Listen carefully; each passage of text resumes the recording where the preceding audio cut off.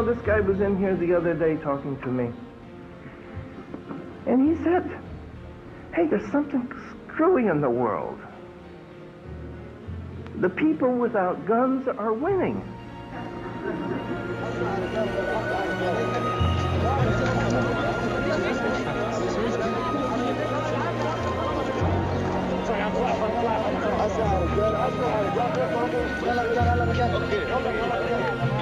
I'm so sorry.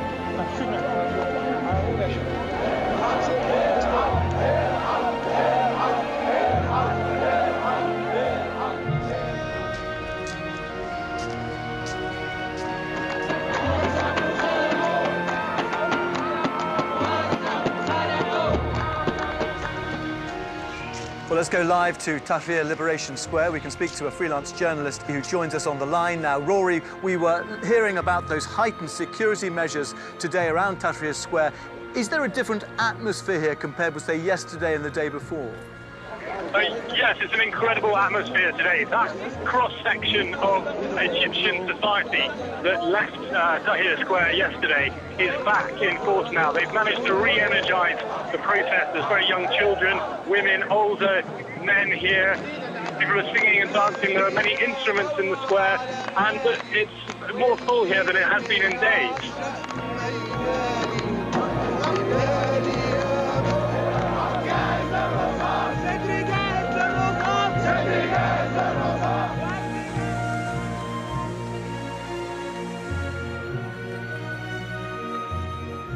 Anything I mess up, you fix, right? Absolutely. Or Rory fix it. He'll fix it, yeah. My name is Gene Sharp, and this is the work I do.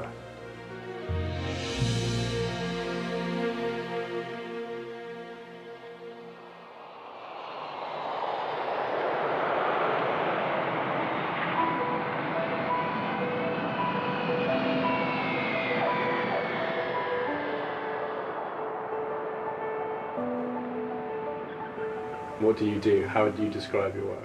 That's always a problem, describing my work, because it doesn't fit a lot of the people's preconceptions. Primarily, I try to understand the nature and potential of nonviolent forms of struggle to undermine dictatorships.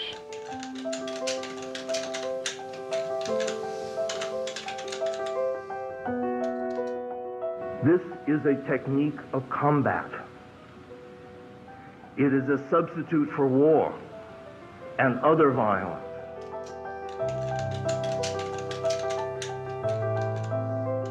We don't know quite how it spread, but it certainly did into 30-some languages in different parts of the world, on all continents except Antarctica.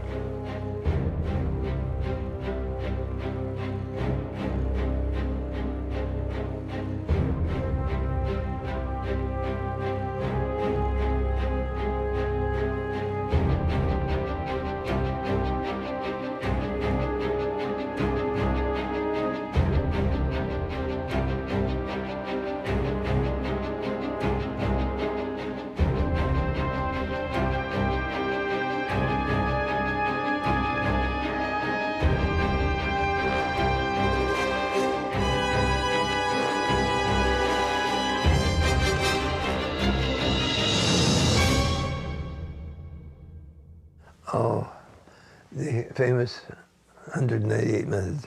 This seems to have been get an extraordinary response. That's simply the 198 specific methods, the specific forms of strike or economic boycott or civil disobedience or protest. Exactly the counterpart of military, different kinds of military guns or bombs in a military struggle.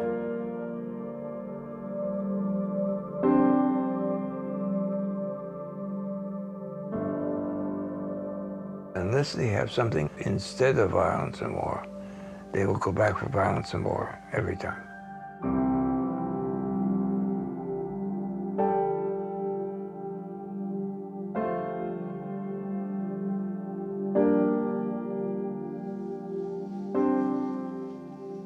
I came to work at the Albert Einstein Institution very shortly after graduating from college, and I had been concerned about the world. It was 2001. It was a very interesting time to be entering the workforce, and I was thinking about entering some development field, working for a charity and NGO that's very consistent with my family background. I had ideas about the world, about violence, about conflict, coming from Afghanistan that's seen a great deal of conflict, and sort of growing up with that history as a backdrop to my childhood, really. And having been a refugee at a very young age, I had ideas about how conflict should be waged and the need for conflict, really.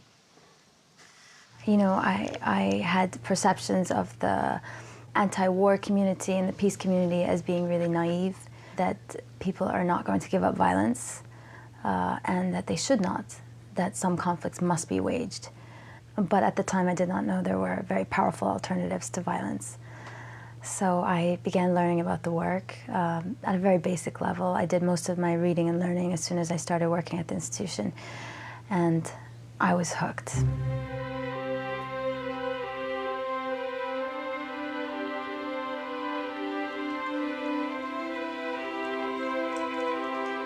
I didn't start out to do this.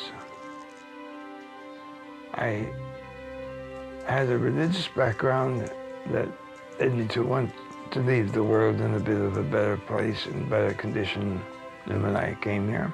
And how to do that was always a problem.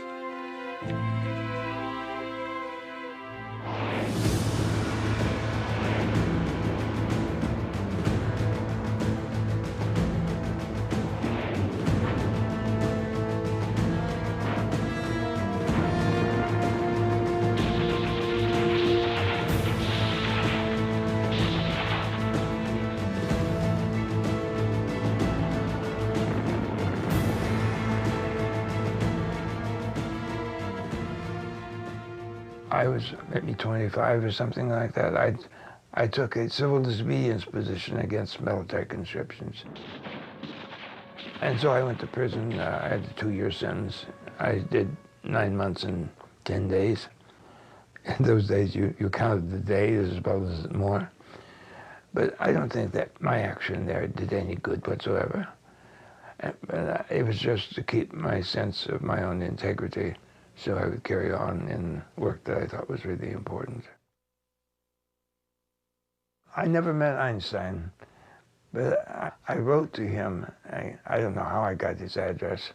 I said, well, I'm about to do such and such and go to prison. But by the way, I've written this book on Gandhi. There's 3 cases of Gandhi, 3 quite different cases from each other, of Gandhi's using nonviolent struggle for a greater freedom through not just nonviolent means. And he wrote back that he was very much hoped that he couldn't know, but he hoped he would have made the same decision I did, and he would be willing to look at the manuscript, which I had sent to him, and he did so and wrote a very kind introduction to the book.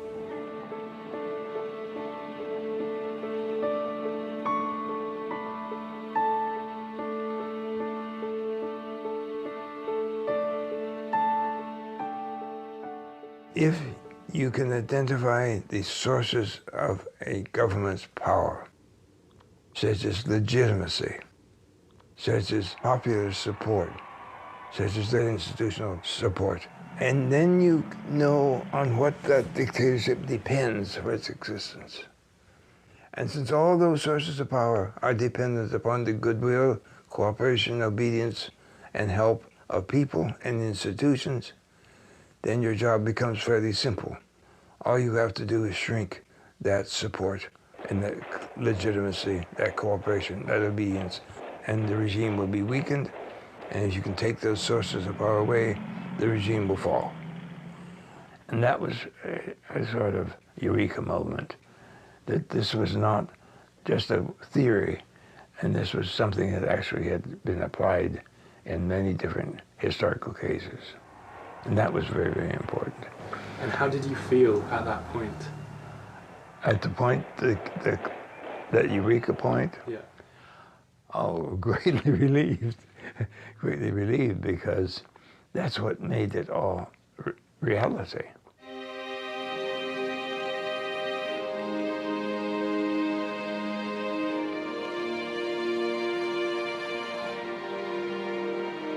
The U.S. Department of Defense and other countries sometimes sent special people to Harvard University for a year of doing something different.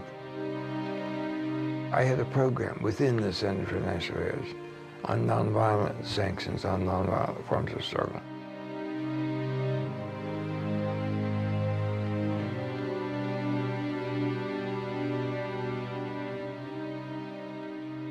I first met Gene Sharp at Harvard University. I was an Army senior fellow up there for a year.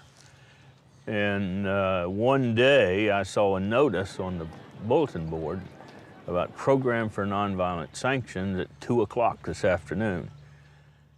So I had nothing to do, so I went to see who these peaceniks were and to confirm my preconceived notion that they probably had rings in their noses and ears and dirty.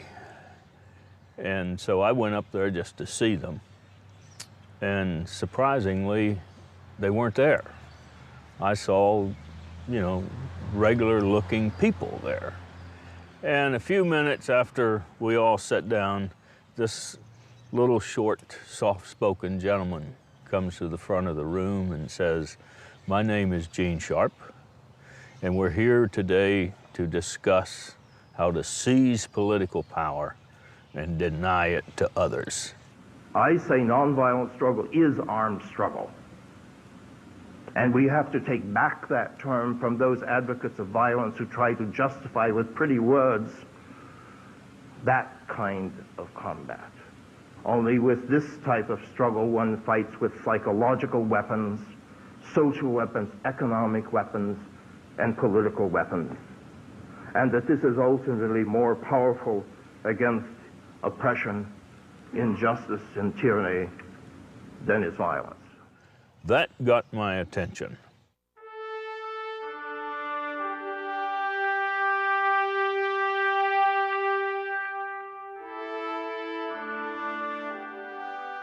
This is the flag of the 5th Battalion, 7th United States Cavalry. The 7th Cav, as you know, was the regiment of General Armstrong Custer, who fought and died at the Battle of the Little Bighorn. That's me in my younger days. Full head of hair. This is the award for the Distinguished Service Cross that I got in Vietnam.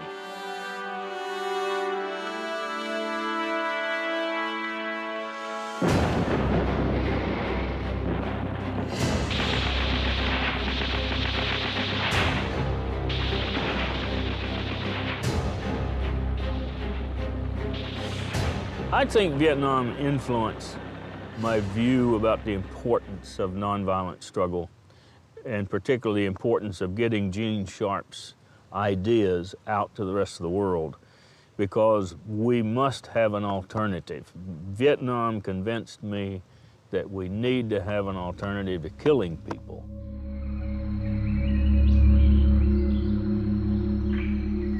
For more than 15 years, Manipur has been the headquarters of the Karen National Liberation Army. The opposition National Coalition government of the Union of Burma is based here. They moved to Manipur after the military regime refused to recognize the victory of Nobel Peace Prize winner Aung San Suu Kyi and her pro-democracy party in the 1990 elections. I had retired from the Army and was doing some consultation work with the Karen National Union. And we conducted a series of courses for the leadership of the Democratic opposition, which resided in the Karen state. And so I asked him to come over to conduct an evaluation of the training, since it was his material, his ideas that we were presenting. So Gene came over, and I had someone meet him in Bangkok. And they came to Mesot, and then from Mesot they took a truck north and then went to a site at the Moy River, put him in a boat in the Moy River and took him on to Manarplau. No, it was an illegal entry into Burma. And what they do, or what they did at that point, was there was a Burma Army outpost up on the mountain looking at the site where the boats would come in and out. So you would have to wait until somebody gave you a signal that there was nobody watching, and that's when you went down to the boat carrying an umbrella so they couldn't see who was under the umbrella. Well, shortly after they got started, we got a message on the radio that the boat was coming, and there was a white man with a big suitcase coming up river. And of course, there was no place to go but Manarplau, so he was coming to Manarplau.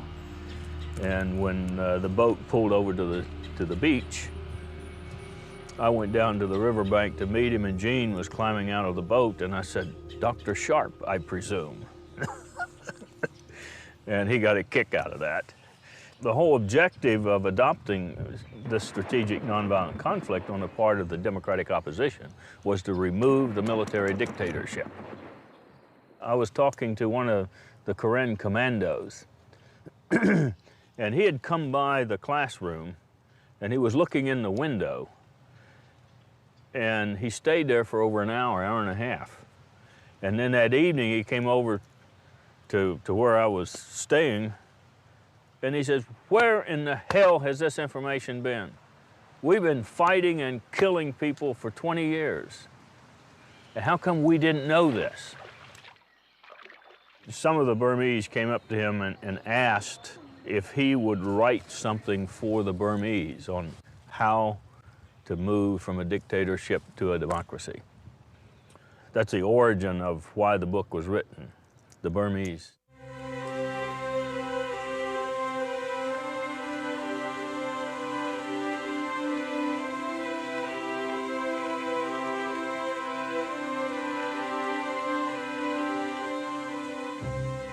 I couldn't write about Burma, honestly, because I didn't know Burma well. And you should at least have the humility not to write about something you don't know anything about. So I had to write generically.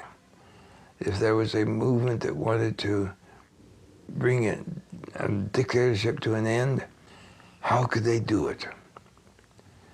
And so I wrote those series, and they were serialized there, and published in English and in Burmese. And I thought that was it. The military dictators of Burma were denouncing my little publication from dictatorship to democracy, because it was giving some ideas about how their suppressed Burmese and other nationalities living in Burma could free themselves. That's why when someone simply carrying that little booklet with them and smuggling it through, when they were caught, they were arrested and sent to prison for 7 years for carrying a few sheets of paper rather than bombs or guns or anything like that. Dictatorship cannot stand this. Strange things happened. The edition printed in Bangkok in English was on display in a bookstore window in Bangkok. And there was a student there from Indonesia. He saw it and bought a copy and took it back to Jakarta.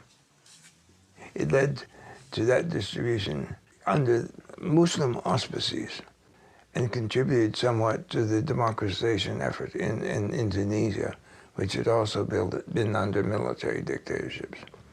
And from there, we don't know quite how it spread, but it certainly did.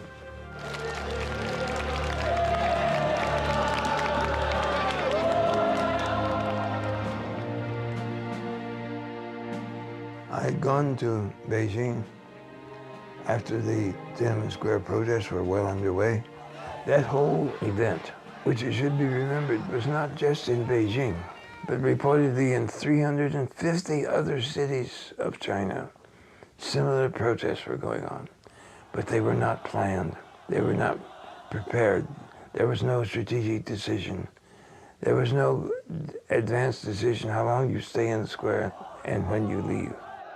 What became very clear to me in retrospect was that the students in the square were operating with great commitment and bravery, but they really didn't know what the hell they were doing.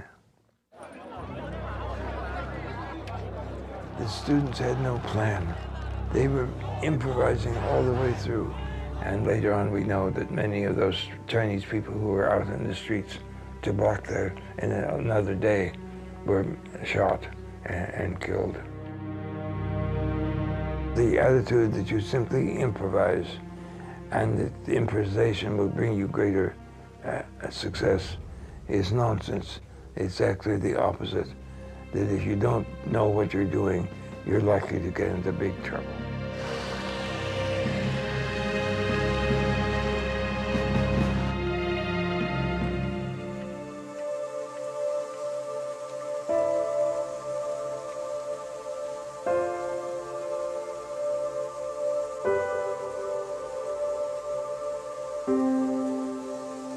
I'd never grown orchids before. I had driven down to Manhattan to see some friends of mine I had known when they were at Harvard. And near their house there was a flower shop. And they had some quite large potted plants of cattleya orchids. So I bought 2 or 3 of those.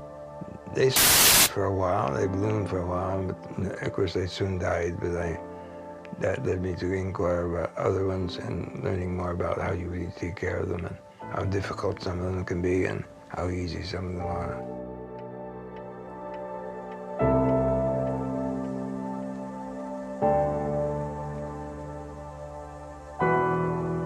They take quite a bit of work.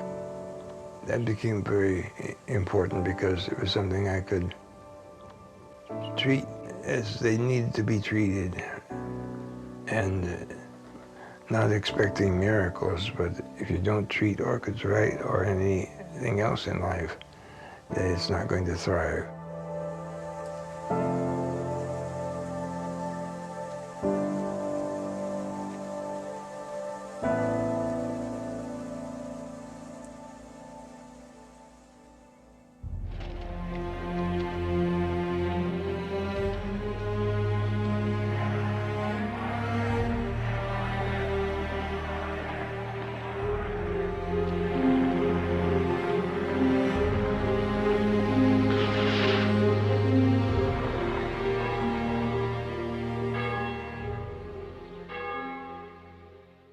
I went to Budapest at the request of the International Republican Institute, which was providing support to the Serbian opposition movement.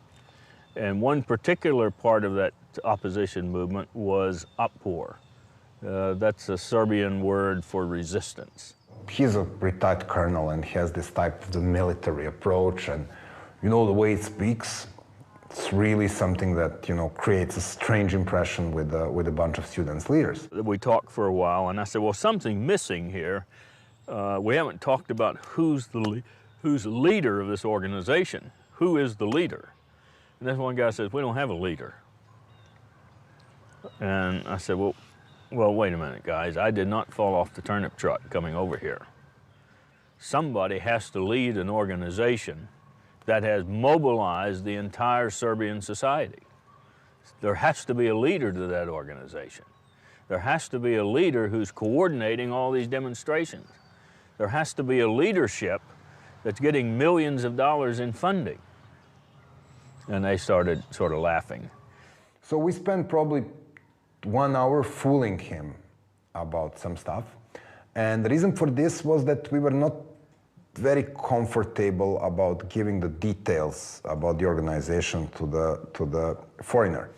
And then they explained to me, you know, why there's no, quote, leader. It's because to keep it away from the government. The government doesn't know who's in charge. And I later found out I was talking to the leader, Sergei Popovich.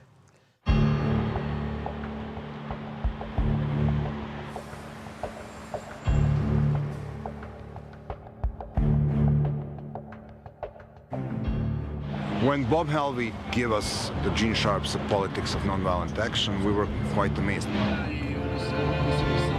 Partly I was ashamed that I didn't know about such a book before, even if there was a translation of From Dictatorship to Democracy in Serbian, but I've never seen it.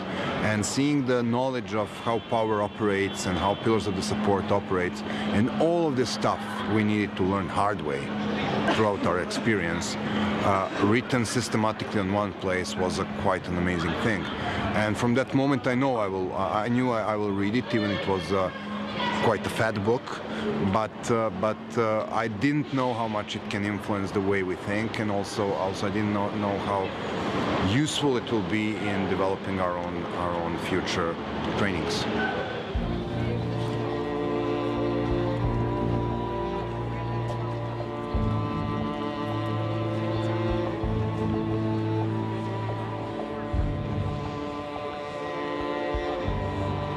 It's obviously that we are the majority. If we can just recognize all of those who are against Milosevic by, saluting each other with a fist, he would probably be over within a few years. Već 10 godina pokušavam da skinem ovu fleku. Verujte mi, sve sam probala. Sada se pojavila nova mašina.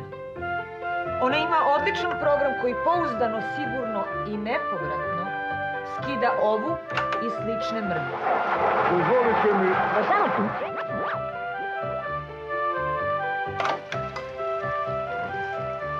Vidite, deluje. Konačno. Gotov je.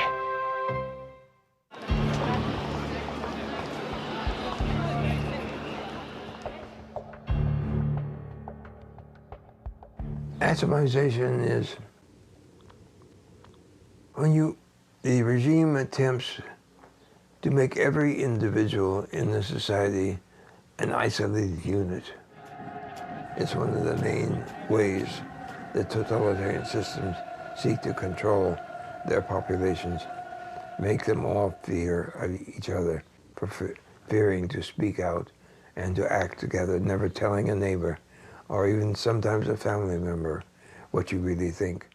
And that's why it's so important that you begin with these very, very low-risk activities so that people can put their foot forward for the first time, put their toe in the water of revolutionary change. That's the foundation that we work on, is changing the obedience patterns, moving the obedience to a willing obedience rather than a coerced obedience. By seeing the example of the demonstration of bravery by other people, now it's we. And we can do something that I alone could not do. During the 96-97, we were walking day after day after day, and the police was blocking streets, and our numbers were start falling because it was obviously too boring for the people to demonstrate every day in a harsh winter. So we said, okay, why won't we go home and try to make noise from our balconies?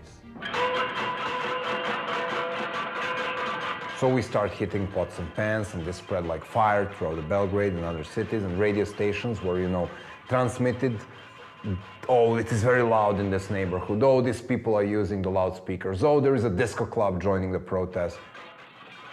And we were doing it from 7:30 to 8 p.m. as a response to the state TV news. That was the answer of this is what we don't watch your crap. We do our own thing. From the pots and pans to doing the stickers, so the stickers can be done in every building. And also the things like, will you go and prosecute the kids for wearing Otpar t-shirts when there is not one single law which bans wearing anything on a t-shirt?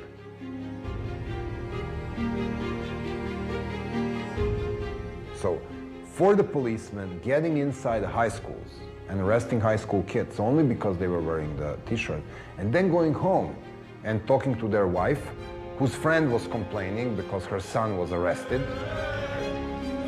having a dialogue with your kid, who is coming now from his school where nobody wants to spend time with him or her because their father is, beating kids from my neighborhood. And now, this systemic oppression doesn't work. These pillars are holding up the government, like my fingers are holding up this book.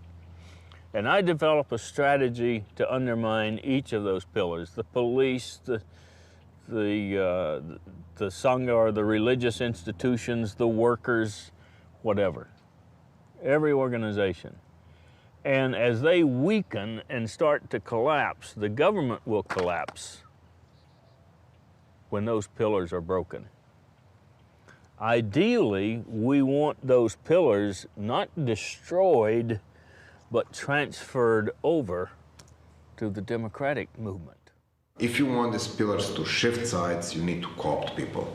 You can co-opt people by two means. If you put a price on what they are doing for the sake of the regime, or give them the clear message that there will be a place for them in the future society. This is exactly what Otpor was done. We were telling the police that we are both victims of the same system. They're pushed to do things they would like to do. We are pushed to the streets instead of sitting in the classrooms. There is no reason to have war between victims and victims. One victims wear blue uniforms, other victims wear blue jeans, but there is no reason for this conflict. And this worked, really worked. And it worked in Georgia, it worked in Ukraine, it worked in many other places in the world. This is the way you do. You go and co-opt from discursive pillars. You don't throw stones to the police.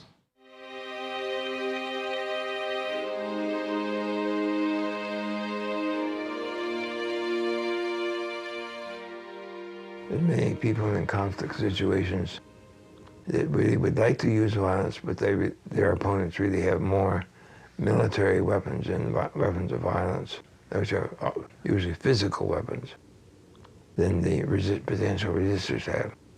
So if the resistors choose to fight with violence, their opponent has all the advantages in that situation because you're choosing to fight with your opponent's best weapons. But you can choose to fight with a totally different kind of weapon than these nonviolent forms, which are much more difficult for the opponent to counteract.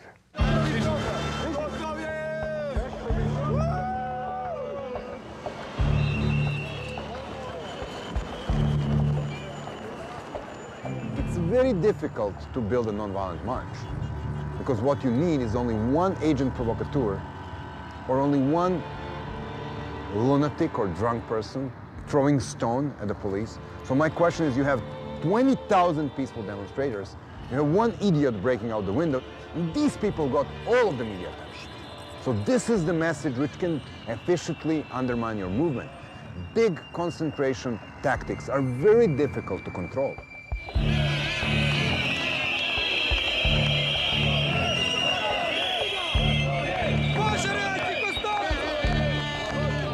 So what we were dealing with is like you go on the march and there is a risk of the people getting arrested. So what would you normally do? Instead of putting the big guys in front, you will put the girls in front. You will put the grandmas in front. You will put the military veterans in front. So the police is now faced with the friendly faces. And these people are actually carrying the flowers and the banners and smiling. So you make the situation less threatening, so you make the possibility of violent outcome really smaller.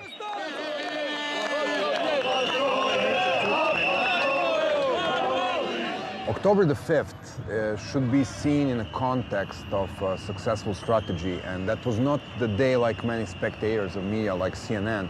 They just see this big bunch of people, revolution, boom, and it's over. It was first of all 10 years of attempts and failures, and 2 years of existence of Otpor, 5 different campaigns, and we were setting the victory on the elections. We knew that Milosevic will lose, and we knew that he will not accept the fact that he has lost. So there was this 10 days of increasing pressure that was very important, because not only we brought all the country to the standstill, including the general strike, efficiently dragged down the 70% of electrical power. And if you look to the gene's mechanisms, this is called a non-violent coercion.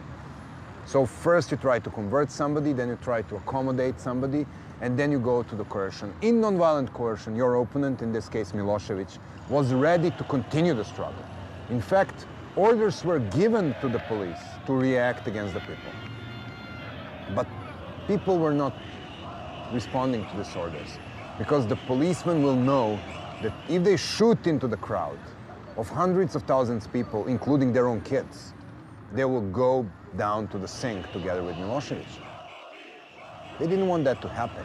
But this is why this preparation period was so important, because throughout this period, after victory in the elections and general strike, we successfully explained to the people in the police and in the military that it is not, again, government against the opposition, but this is the people as whole, Serbian people, against Milosevic.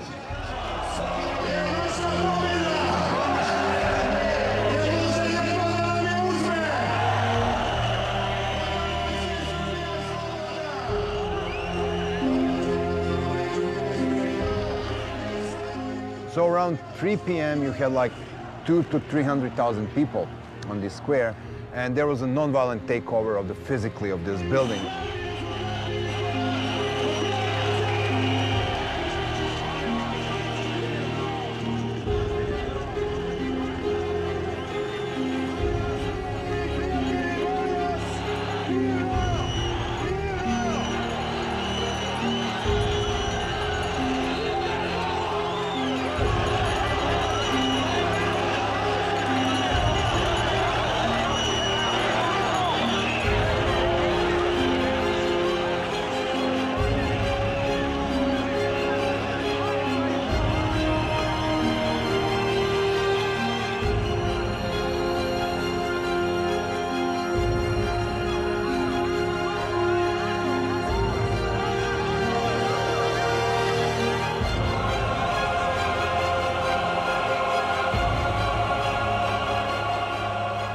And this is where the people who broke into the building at the October the 5th found many leaflets pre-marked for Milosevic.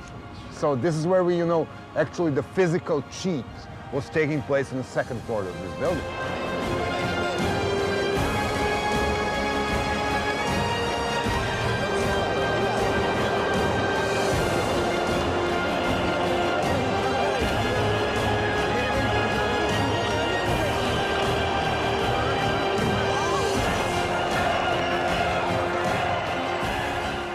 It was more like symbolic takeover, because what was the real takeover was that Milosevic lost power that day, because police disobeyed, because he ordered the military to get from the barracks after 3 p.m. and they disobeyed.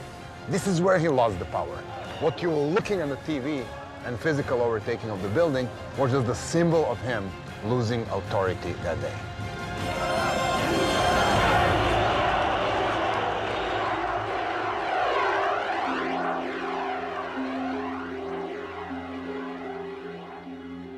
I think what we learned from Bob and what comes and derives from Gene Sharp thinking and writing influenced the way we think, and also made our struggle more efficient in a very important point when we were preparing for a decisive struggle.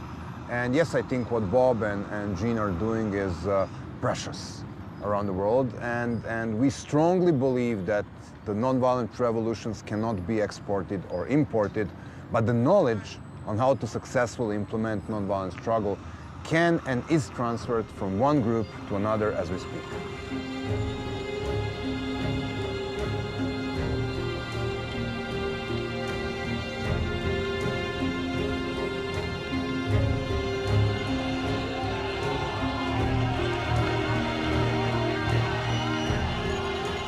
Well, I felt good that here was a revolution that occurred nonviolently. There was no violence on the part of the democratic opposition. And it shows that what Gene was talking about year after year after year, there are realistic alternatives to violent conflict.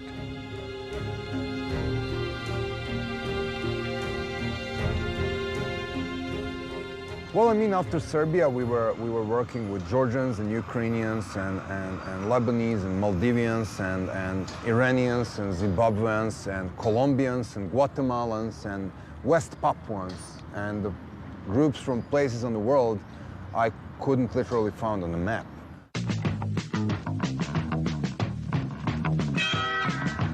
Executive Done. ما تزعل عندك صابونة جرفنان. بعد 20 سنة بدون تغيير الموضوع ما هي. عاوز ليه ودايك ودايك ودايك وعصر وعصر وعصر وعصر وعصر وعصر.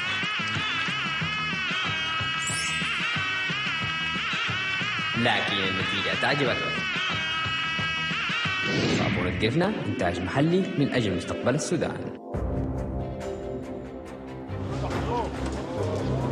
And then from Serbia, the news spread to Georgia, which was under a very repressive regime, and then to Ukraine, which again had problems, and it spread there, and then to a series of other countries in the stands of the southern tier of the former Soviet Union.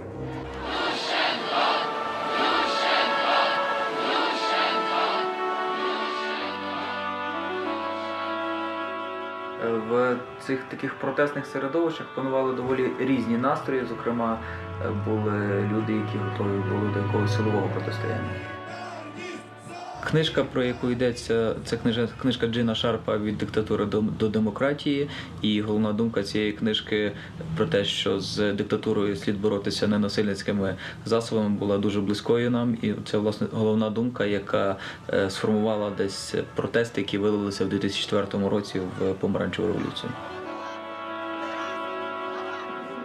Я думаю, що навіть безпосередньо з книжкою, з ідеями Джина Шарпа було знайомлено десь, може, десятки тисяч людей.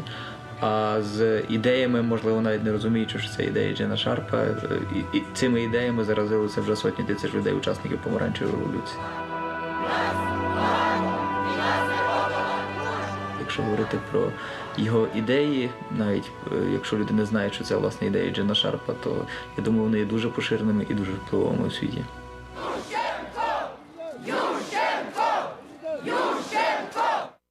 They've been waiting for this. They've been waiting for this knowledge. And Gene provided it.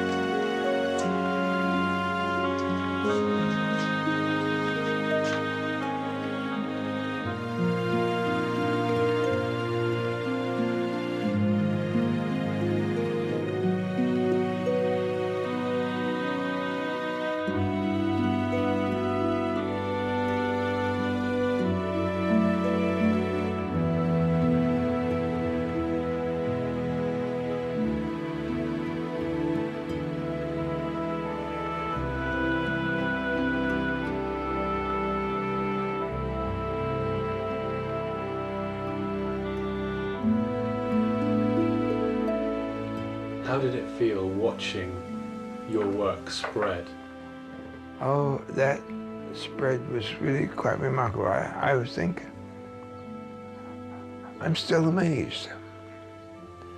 I'm still amazed.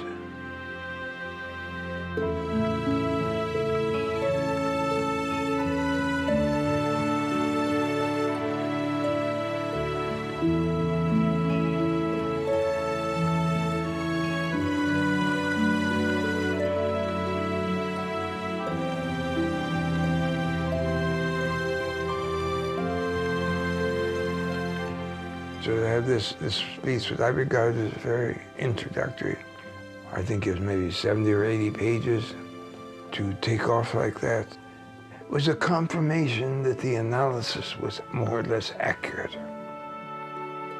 It didn't spread because of good propaganda or some sales pitch. It spread because people found it usable. They found it important.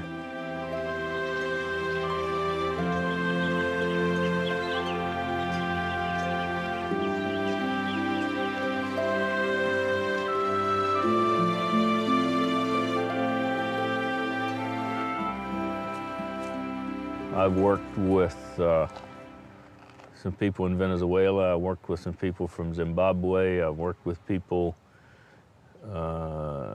from Iraq, Iran,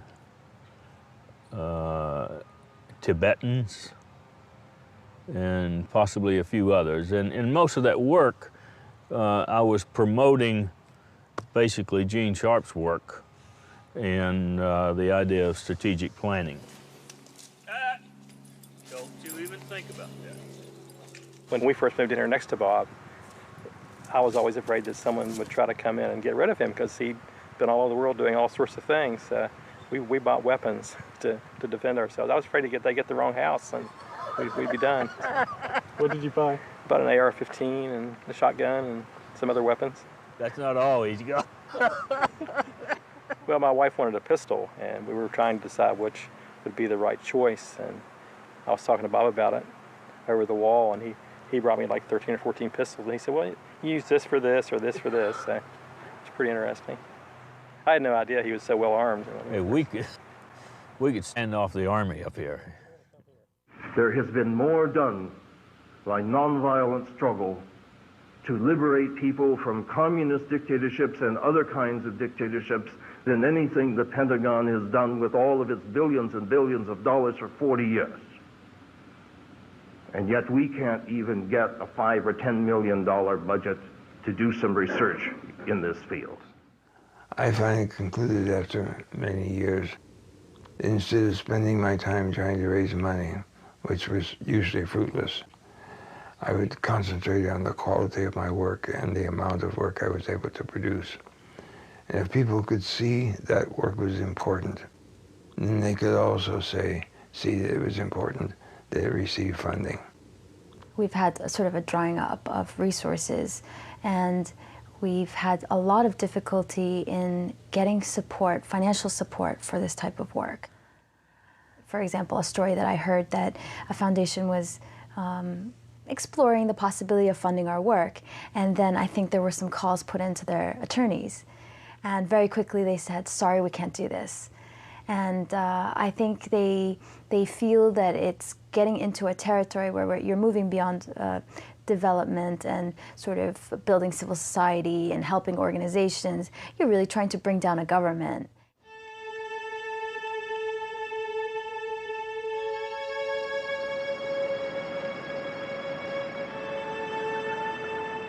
We had no contacts in Russia. Somehow or other, from dictatorship to democracy, got into Russia. This new translation was at a print shop in Moscow and was being printed. While the presses were operating, the FSB raided the print shop. The FSB was the new version of the KGB. And he looked at this item in the presses. He ordered the presses to stop and denounced the publication. He says that book is a bomb. The page proofs were taken to another printing press outside of Moscow and nevertheless printed. And they were on sale in Moscow in 2 independent bookstores that tended to publish dissident literature when they could. Quite remarkably, both of those print shops caught fire very quickly. And that was the fate of the free press in Russia, publishing from dictatorship to democracy. One thing that makes me very comfortable is that the books are there, the literature is there, it's online, it's in people's homes and in people's hard drives, and it's being disseminated at a level where that cannot stop, and it cannot be stopped. People go to great lengths to discredit this work, and there was one case where President Chavez had referred to our staff as the bunch of gringos at the Albert Einstein Institution don't understand Venezuela. And I thought, well, it's true that we may not fully understand the situation in Venezuela. It's probably quite complex, but I'm not a gringo. And we also were accused in a book for having trained paramilitaries that were being sent to assassinate President Chavez, and that training happened on a farm in Colombia, a country I've never been to, and I've never even held a gun, and you know, it's all very strange. Gene Sharp, George Bush y sus ideólogos de este golpe suave mecha lenta, señores, este plan de ustedes aquí en Venezuela, olvídense. En último caso, lo que pudiera ocurrir es una explosión revolucionaria jacobina. I have not trained paramilitaries, no.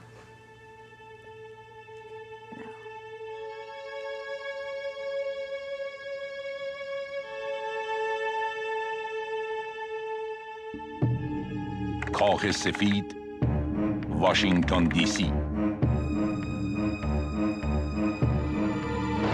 جین شارپ، نظریه پرداز نافرمانی مدنی و تئوریسین انقلاب‌های مخملین که تألیفاتی در این موضوع دارد. وی از اوامر CIA جهت نفوذ در کشورهای مورد نظر می باشد. Well, you've seen our office. You can see how well funded we are. No, I was very delicately offered funds from the CIA at one point. But I said no, and we have never had any funding or support from the CIA. It just hasn't happened. We don't do that. The video that appeared on the Iranian state-owned television alleging that Gene Sharp was involved with plans to bring down the Iranian regime. When I first saw it, of course, in a way I was impressed that we were on the radar, that they had Gene Sharp sitting at the White House, and in a way I thought, I wish those in the White House would listen to us. I wish they would request a meeting with us, but they don't. We sit here, we operate out of our two-room office. We have no connection with the White House. I was not a member of the CIA, never have been, never will be. And if you don't believe me, go fuck yourself. We are absolutely not a CIA front organization. And it's really ironic because we see this charge in the press and among various groups quite often. And we always wonder, where is this coming from?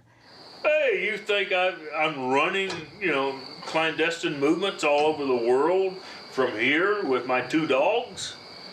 I will admit that I've got two smart goddamn dogs. And I sit here on my fucking hillside and I don't bother anybody, but if somebody comes and say, we need your help, if I can help, I'll help.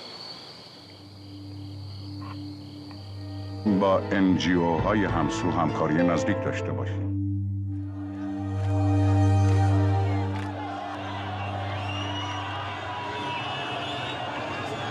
There are thousands upon thousands of people streaming down through the main boulevard, all heading in the same direction. It's quite something. They're waving green flags. People are hanging out of cars, giving the V for Victory sign. I was not sure people would turn up given the warning, and I'm wrong. When people are slaughtered, when they are beaten, this produces a process of what I call political jiu-jitsu, in which the opponent's supposed strength is used to undermine the opponent by alienating more people from supporting that regime, mobilizing more people into the active resistance.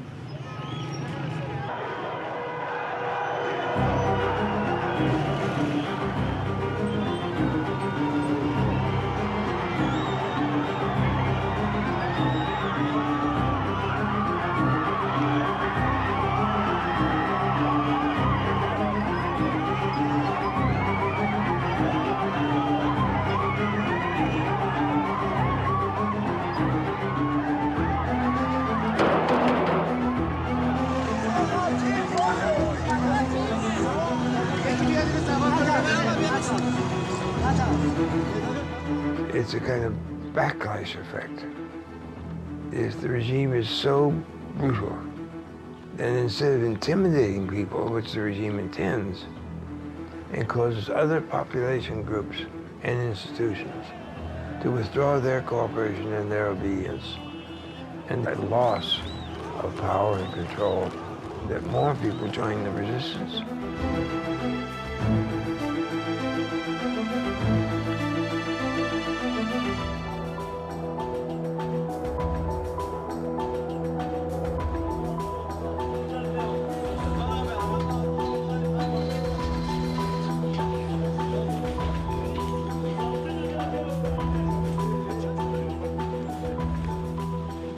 When I went to see the chief prosecutor on the second day that I was in prison, he looked at me when I took off my blindfold, sitting in his office, and he said, "Do you know why you're here?"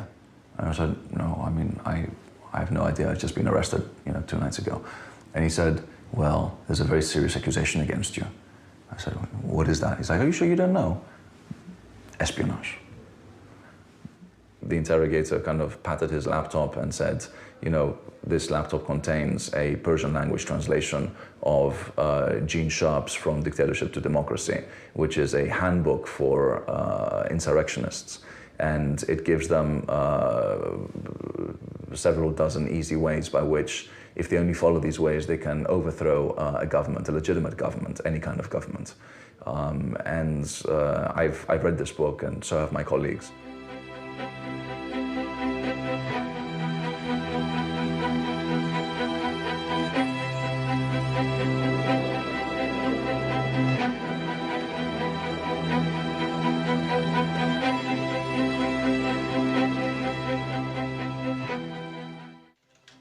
We see people in many countries and many situations that feel there is nothing they can do, and that the steps they can take are mainly in sort of waiting for an external group to assist them in their liberation or to come in and help them by some means. And what this work does is show people that they themselves can be responsible for their own future, for their own liberation. People are beginning to liberate themselves. They don't have to depend on an outside power. This is Sergei, my cat, named after Sergei Popovich. But they don't have to depend on an outside power. They can do it themselves. And can you imagine how good that makes a country feel? That we did it ourselves. And that's why it's so important that we transfer the skill and knowledge. There's no reason for the United States to be occupying anybody. We're not good at occupying anybody. Neither was the Soviet Union good at occupying people. Let the people alone. Give them the power to change their government if they want it changed. To be counted as a threat to a tyrant is a matter of pride, I would say. It means we're effective. It means we're relevant. It means out of this very small office, we produce work that threatens regimes. And I think that's pretty cool. Yeah. As my writings and research on this became more disseminated, we found people coming to us and asking us what to do. And people may be a little surprised. I don't tell them what to do. Because if I can tell you what to do and you do it, someone else can come next week and tell you the opposite and you do that instead. But you can learn.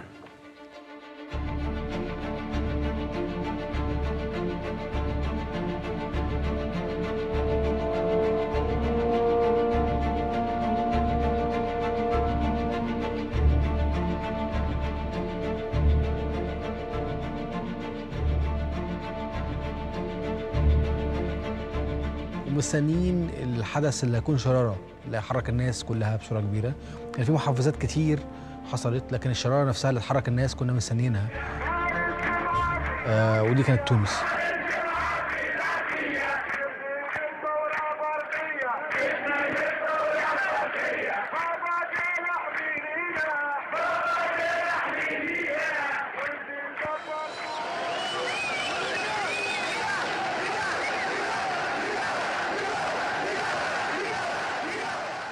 بالفعل كان في اصلا بين مصر وتونس منافسه في كره القدم باستمرار يعني.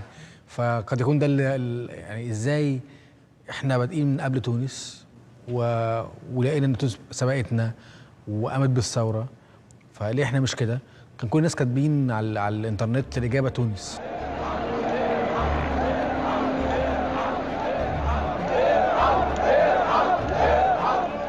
طبعا بالتاكيد كان في تاثير جيد لكتابات جون شارب ومقالات كثيره وكتب كنا جبناها من الانترنت وقريناها، وبدانا بالفعل نطور من ادائنا بصوره كبيره جدا، وعرفنا جوهر فكره اللاعنف بصفه عامه. وكذلك شفنا برضو افلام وثائقيه كتير موجوده على الانترنت بتتكلم عن تجارب شعوب اللي بدات تتكلم عن او تطبق فكره اللاعنف. فكان في الهام كبير جدا للفكره نفسها، سواء من الافلام الوثائقيه اللي شفناها او من الكتب اللي قريناها.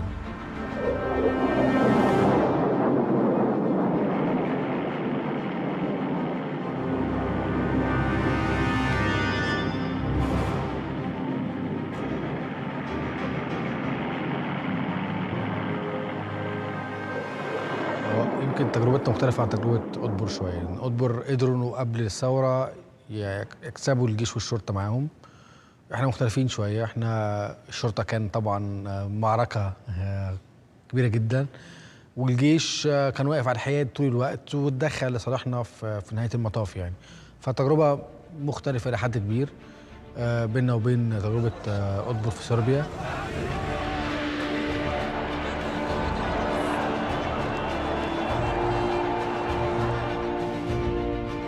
When I saw the developments in Egypt, I was quite amazed because they seemed so determined. They were being nonviolent.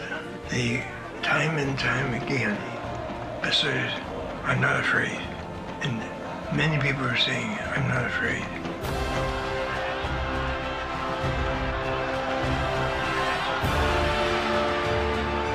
When there was extreme brutality, I expected either the protesters may not come back again, they may submit, or some may go into violence, especially when there had been some scattered violence in the square. كان من اهم التكتيكات اللي استخدمناها اللي هو كسر حاجز الخوف عن طريق الممارسه، اللي هو ناس جديده بتنزل باستمرار معانا طول السنين اللي فاتت، فبينزلوا مظاهرات، بينزلوا فعاليات، بينزلوا انشطه في اكثر من مكان، بيتم اعتقالهم، بيخرجوا اقوى من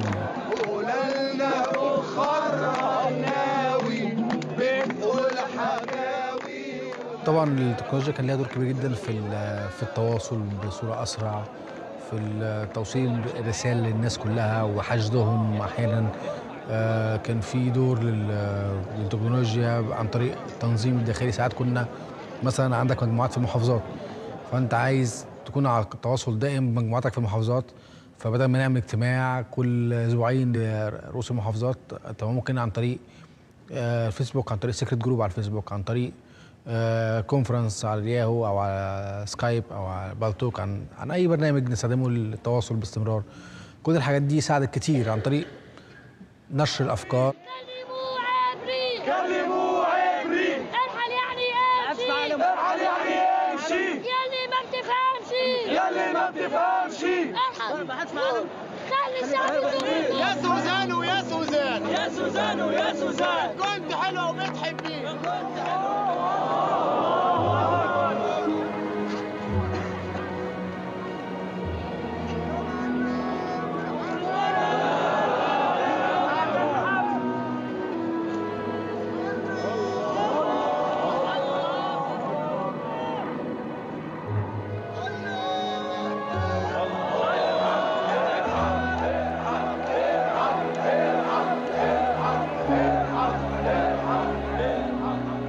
ولكن ايه اللي خلى الجيش يساندنا في الاخر؟ اعتقد ان الجيش اصلا من الناس، يعني مجندين الجيش جزء من الشعب، والجيش ليه دور وطني كبير جدا. الشرطه قد يكون لها دور في تزوير الانتخابات، في حمايه الفاسدين، فمتورطين من سنين طويله، وبالتالي يدافعوا عن مصالحهم وعن بقائهم.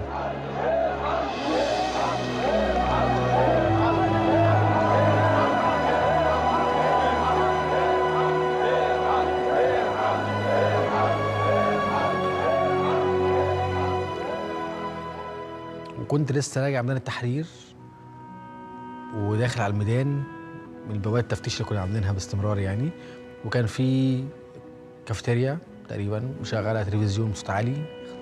بسم الله الرحمن الرحيم. أيها المواطنون، في هذه الظروف العصيبة التي تمر بها البلاد، قرر الرئيس محمد حسني مبارك تخليه عن منصب رئيس الجمهورية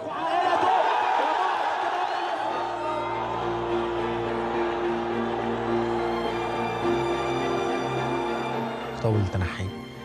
فجننت لما سمعت الخطاب يعني، وقعدت اعيط اللي هو اخيرا يعني اخيرا الحلم اللي بقالنا سنين استحملنا كتير عشانه حصل يعني. كان يعني لحظه بجد صعبه. دخلت الميدان بعدها جري وعمال ازعق، لقيت الناس كلها بيعيطوا يصرخوا بيضحكوا بيرقصوا بيغنوا. كان طبعا لحظه تاريخيه يعني. وكان حاسس بعدها انه يعني مش مصدق يعني، قعدت كذا يوم مش متخيل يعني معقول.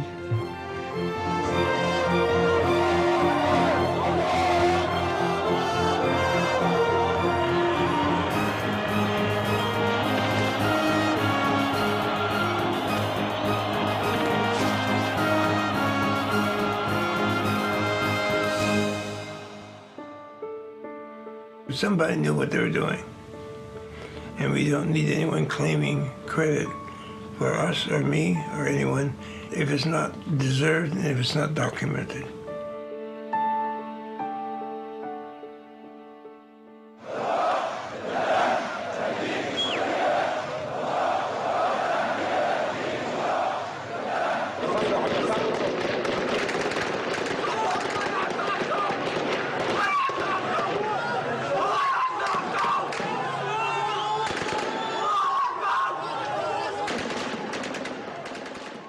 Massacre in Juma, 15 so far killed. معك أسامة. أني الحمد لله جبت لك رقم طبيب شاف القتل بالمعظمية. This is a video of a kid that's been shot at. One brother is shouting, my brother, my brother.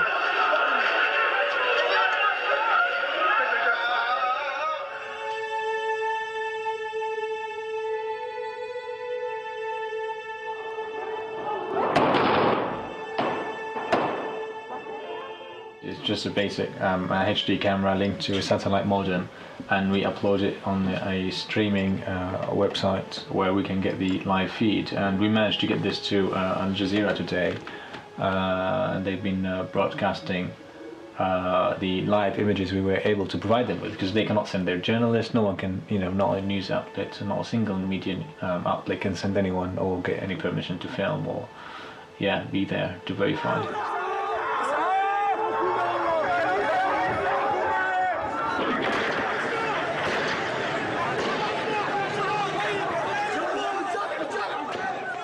The reporter over there on the CNN, I was talking with her, just liaising what took place, what's going to happen, and what information we can provide. The videos you've seen there on CNN, we have some people uploading these videos now on CNN, on Al Jazeera here, Arabic, Al Jazeera English, ABC, France 24, BBC, Sky. So we have someone uploading these videos on their websites, and we're already in contact with various media outlets now. If they need confirmation of videos or confirmation of fact verification or eyewitness accounts, we can provide that.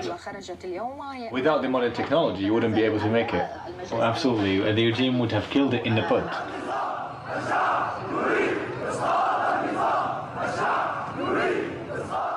Gene Sharp's tactics and theories are being practiced on the streets of Syria as we speak now. The dynamics that the regime is facing in Syria is what Gene Sharp spoke about, and what we've seen in the early weeks, and that was what empowered people and made them believe more in non-violent struggle, that this is going to work, and it is working. what we did is promote these tactics and explain them to people through the Facebook pages that we have, and also the YouTube channels. This is how they're applied, from putting flowers on the spots where fallen heroes fell in the demonstrations, from graffiti campaign while you march, from cleaning streets and making it nicer and better, because we can do something even better than the regime can do in terms of services. So yeah, from dictatorship to democracy gives you the inspiration, the assurances that this could really be achieved and this can really happen.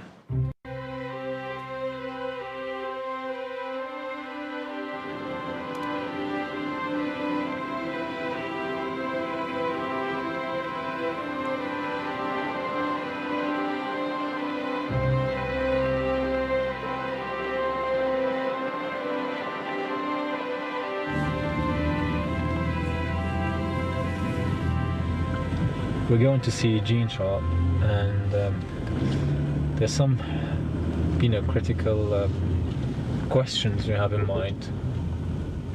I know he might be reluctant to comment on a specific country situation, because he always says, I do not have enough knowledge on the local issues and background info experience. But there are some strategic questions on a macro level that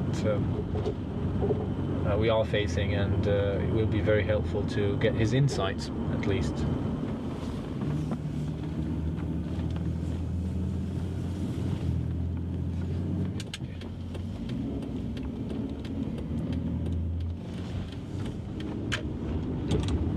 Well, here we are. Try to find a place, and here's a parking place in here we can park. Perfect. When were you last here? I don't remember exactly, was it 2007 or 2006? Yeah, years ago. When it was only few people thinking about non-violence, resistance scenario in Syria. No, I mean, only quite few believe this can really happen in a country like Syria. Okay. What's set?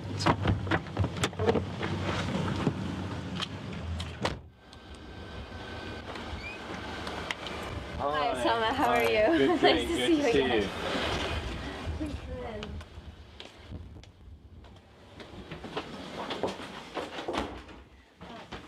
Gene! Hello! Hi! Hi, good to see you again. Good to see you. Good to see you. Good to see you. Good to see you too. How are you doing? Not too bad. Health-wise? I go. Perfect? Good to see you. Alright, so we've got some work questions, advices, so let's get cracking. Advices. No advices? No advices. Alright. I'm happy to see you. It's so good you have time in your schedule to come to say Well, hello. pleasure is mine. Was really delighted, and there's a lot to talk about. This is new territory for us. Yeah. Too. Yeah. You know, we've never been there personally. Yes. The cases we've studied don't exactly match. He's so humble and down to earth to a limit that you feel how amazing this is. Like all these great writings coming from a very tiny little office in old Boston. It's rather interesting. And by the way, there's one thing that's been learned in quotation marks, maybe from Tunisia and Egypt, which I think is a mistake, major mistake. Mm-hmm. And that is that the existing ruler has to resign. He doesn't have to resign. You take all the supports from out from under him, he falls. Well, no matter what he wants to do. This is the distinction in the analyses between nonviolent coercion, in which he has to resign because he's forced into it, and disintegration, when the regime simply falls apart. There's nobody left with enough power to resign.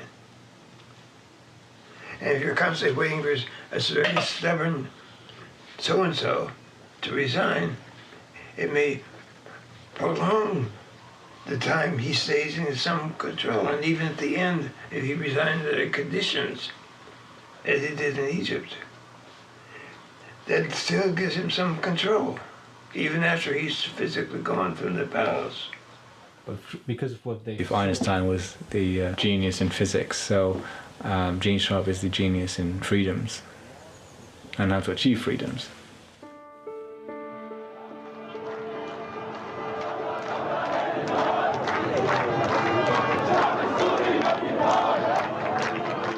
I feel good in a way that we're spreading the word, and if people follow Gene's advice on how to think about waging a nonviolent struggle, sooner or later they'll win. See, the advantage that we have using this form of struggle, the people against a tyrant, as long as we don't surrender, we never lose. And that's key. As long as you haven't given up, you haven't lost.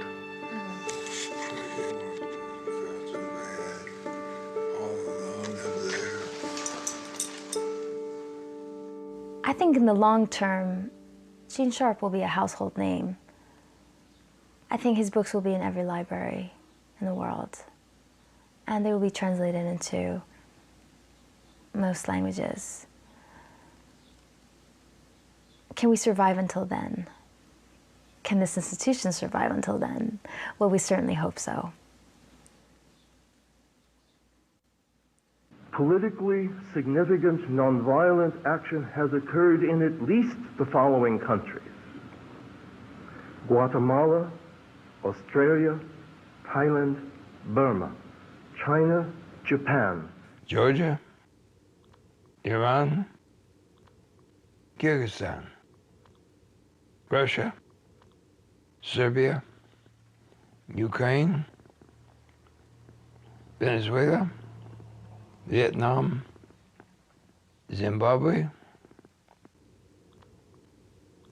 and there'll probably be a couple more.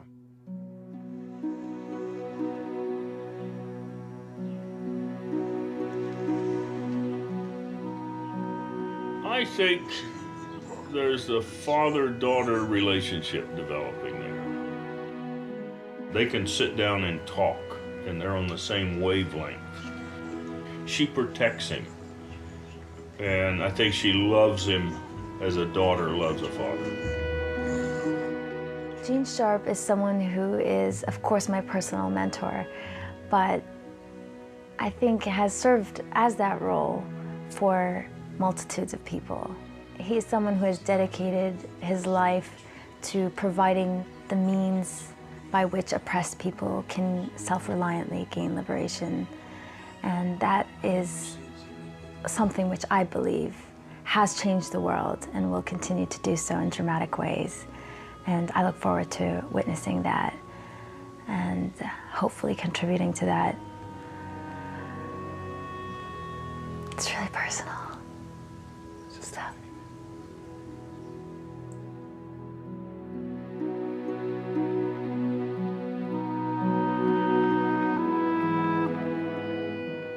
Sometimes people ask me what I really want. Do I have a dream? And I do. I dream that the oppressed people of the world will be able to learn from the available records and new experiences that this type of nonviolent struggle can be used to liberate all oppression and replace military and violent conflicts, so that you won't have to carry on struggles against terrorism anymore, because the people who might have become terrorists have instead chosen to use this kind of struggle to help out the oppressed people. This can change political systems throughout the world. My name is Gene Sharp, and that is my dream.